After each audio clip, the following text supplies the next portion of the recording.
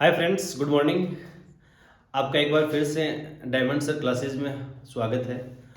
आज अपन एक ऐसे टॉपिक के बारे में बात करेंगे जिसकी काफ़ी दिनों से डिमांड चल रही थी मेरे सामने, और मेरे को ये कहा गया कि इसके बारे में थोड़ा सा बताइए।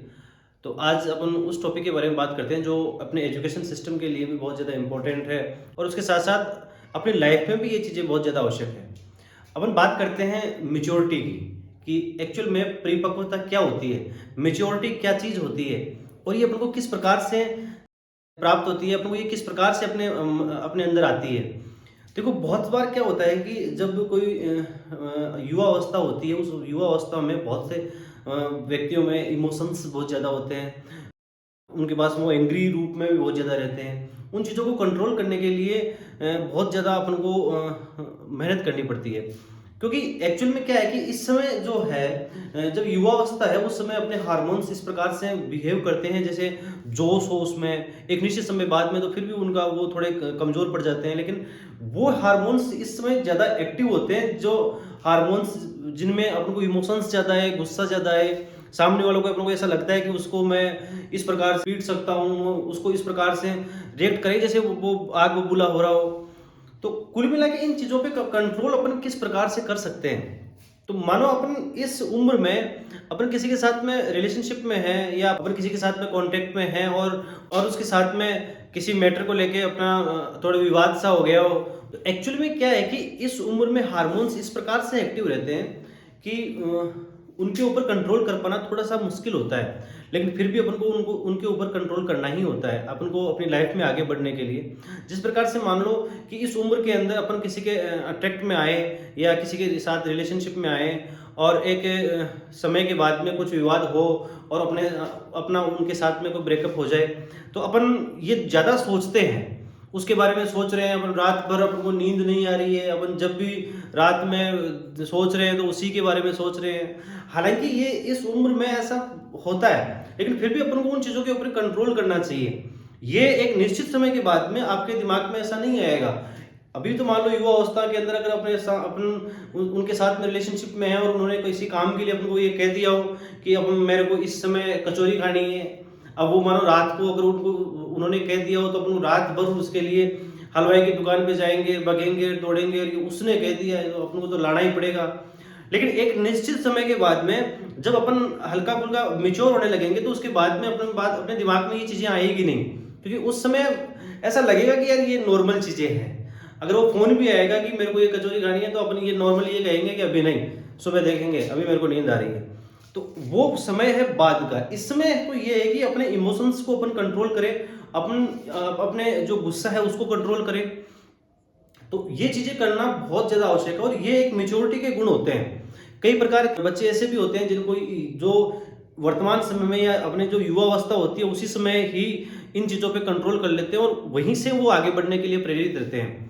क्योंकि जब ये चीज़ें अपन को एक निश्चित समय पे अपन इन पे कंट्रोल कर लेंगे, तो वास्तव में अपन को बहुत ज़्यादा इसका फायदा मिलेगा, और अपने एजुकेशन में, अपने पढ़ाई के अंदर जो लंबी सोच अपन कर रखे हैं, जहाँ अपन को आगे तक पढ़ना है, या बहुत लंबे समय तक अपन को पढ़ाई करनी है अच्छी कोई मुकाम प्राप्त करने के लिए, तो उसके लिए बहुत ज़्यादा इंपॉर्टेंट है। और फिर जैसे मान लो कई बार क्या होता है कि अपना किसी के साथ में कोई झगड़ा हो, अपना किसी सामने वाले के साथ में हल्की सी तू-तू मैं-मैं हो गई हो, तो उसके बाद अपन उसके ऊपर बहुत ज़्यादा आग बबूला होते हैं। अपन को बहुत ज़्यादा गुस्सा आता है, अपन उसको कंट्रोल नहीं कर पाते।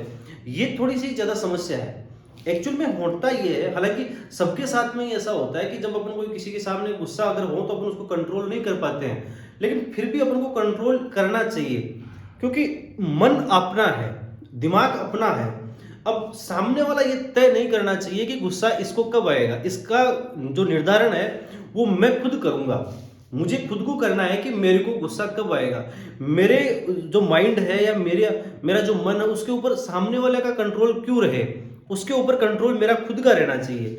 कि सामने वाला मान लो हल्का-सा कोई सुर्खी लगाया, सामने वाले ने हल्का-सा कोई बात कही, और उसके बाद से मैं रिएक्ट कर रहा हूँ, और मैं उसी के बारे में सोच रहा हूँ। क्योंकि मान लो अपन लव रिलेशनशिप जो है उसके बारे में भी यही सोच रहे हैं। रात पर अगर अपना ब्रेकअप हो गया हो, या किसी कोई ट्रेजेडी हो गई, तो अपन उसी के बारे में सोच रहे हैं। सेम टू सेम यही कंडीशंस गुस्से में भी लागू होती है, कि अगर सामने वाले ने अपन को कुछ ना कुछ कहा हो, और उसके बारे में अपन सोच रहे हैं, रात भर उसके बारे में सोच रहे हैं, अपने दिमाग में यही चीज चल रही है कि मैं उसका किस प्रकार से उसको नुकसान पहुंचाऊं, मैं किस प्रकार से उसका बुरा सोचूं। तो कहने का मतलब ये हुआ कि अगले ने अपने ऊपर कंट्रोल कर लिया है, अगला ये तय कर पा रहा है कि इसको गुस्सा कब आएगा, इसको गुस्सा कब नहीं आएगा, इसका निर्धारण मैं करूंगा, मतलब सामने वाला करेगा। और जबकि ये नहीं होना चाहिए। मेरा माइंड किस प्रकार से कार्य करेगा और मेरा मन किस प्रकार से कार्य करेगा, इसका निर्धारण मैं खुद करूंगा। सामने वाला तय नहीं कर सकता है, इसके लिए मैं तय करूंगा कि मेरे को गुस्सा कब आएगा या मेरे को इमोशंस कब आएंगे, मेरे को कब हंसना है, मुझे कब रोना है, इसका निर्धारण मैं करूंगा। कई बार क्या होता है कि अपन अपने इमोशंस पे कंट्रोल नहीं कर पाते हैं और सामने वाला उसका बहुत ज़्यादा फायदा उठाता है, क्योंकि उसको ऐसा लगता है कि बहुत ज़्यादा इमोशनल व्यक्ति है। बहुत से व्यक्ति ऐसे होते हैं जो बात बात पर हल्का फुल्का इमोशंस उनके सामने झलकता है और जिसका सामने वाला बहुत बार फायदा उठाता है, क्योंकि उसको ऐसा लगता है कि ये अपने कंट्रोल में बहुत जल्दी आ सकता है, क्योंकि इसका जो इमोशंस है वो इसके खुद के कंट्रोल में नहीं है और सामने वाला बहुत बार उसका फायदा उठाता है और अपन को नुकसान पहुंचाता है। इसका जो खामियाजा है वो अपन को खुद को भुगतना पड़ता है। कई बार क्या होता है कि अपन चाहकर भी सामने वाले को मना नहीं कर पाते, क्योंकि अपन को ऐसा लगता है कि यार वो बुरा सोचेगा अपने बारे में, वो क्या सोचेगा क्या नहीं सोचेगा। ऐसा कुछ होता नहीं है। अपना खुद का पढ़ाई में अपने खुद को सोचना पड़ेगा, अपने खुद को ये तय करना पड़ेगा कि कौन सा कार्य करने से मुझे फायदा होगा, कौन सा कार्य करने से मुझे नुकसान होगा, कहाँ मैं अगर मैं सामने वाले की बात बहुत ज़्यादा मानूंगा तो मुझे समय नहीं मिल पाएगा और उसका मुझे खामियाजा भुगतना पड़ता है। एक्चुअल में ऐसा बहुत बार होता है कि अपन ये दूसरा के बारे में ये सोचते हैं कि अगर उसको अपन मना नहीं कर पाएंगे तो वो क्या सोचेगा अपने बारे में, जबकि ऐसा होता नहीं है। एक्चुअल में क्या होगा कि जब आप किसी को मना कर रहे हो किसी चीज के लिए, वो 2 मिनट के लिए वो नाराज होगा, लेकिन उसके बाद में आपको फायदा ये होगा कि आप उसके बारे में ज्यादा सोचोगे नहीं। और ये होना भी चाहिए, क्योंकि ऐसा अगर अपन नहीं करेंगे तो अपना टाइम खराब होगा। टाइम खराब होने के बाद में वो जिस काम के लिए उसने कहा है वो पता नहीं कितनी देर में हो, कैसा वो काम हो, उसके बाद में अपना उस समय पढ़ाई में मन लगे या नहीं लगे। तो कहने का मतलब ये होता है कि अपने ऊपर कंट्रोल रखना खुद को पड़ेगा। कोई दूसरा ये तय नहीं करे कि इसके ऊपर कंट्रोल मेरा हो, मैं हूं तो मेरा कंट्रोल मेरे खुद के ऊपर रहेगा।